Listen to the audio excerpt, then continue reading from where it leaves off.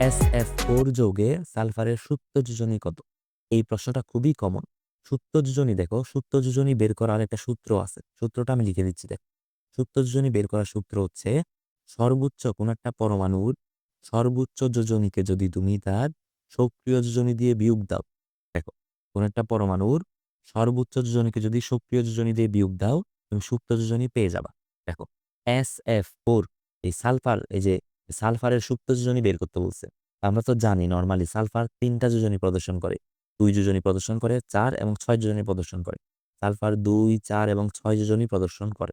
তাহলে সালফারের সর্বোচ্চ যোজনী কত? সালফারের সর্বোচ্চ যোজনী হচ্ছে ৬ মাইনাস সালফারের এই যৌগে, এই যে সালফার টেট্রাফ্লোরাইড, এই যে এই যৌগটার মধ্যে সালফারের যোজনী কত? দেখো একটা ফ্লোরিন হচ্ছে -1, তাহলে এখানে হবে -4, এখানে হবে +4। বুঝা গেছে? তাহলে সালফারের এখানে যোজনী কত? সালফারের এখানে যোজনী হচ্ছে ৪। তাহলে সক্রিয় যোজনী হবে তার ৪। মানে সালফারের, এই যে সালফার টেট্রাফ্লোরাইড যৌগে সালফারের যেটা যোজনী, সেটা হচ্ছে তার সক্রিয় যোজনী। আর নরমালি সালফার ২, ৪, ৬ যোজনী যেহেতু প্রদর্শন করে, সালফারের সর্বোচ্চ যোজনী হচ্ছে ৬। তাহলে আমাদের এখানে সত্য যোজনী পাবো আমি। সর্বোচ্চ যোজনী ৬ থেকে ৪ কে বিয়োগ দিলে আমি পাবো ২। তাহলে আমার এই যৌগে সালফারের সুপ্ত যোজনী হচ্ছে আমার ২। এই হচ্ছে আমার আনসার।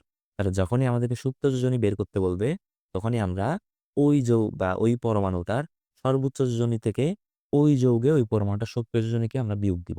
বিয়োগ দিলে আমরা সুপ্ত যোজনী পেয়ে যাব।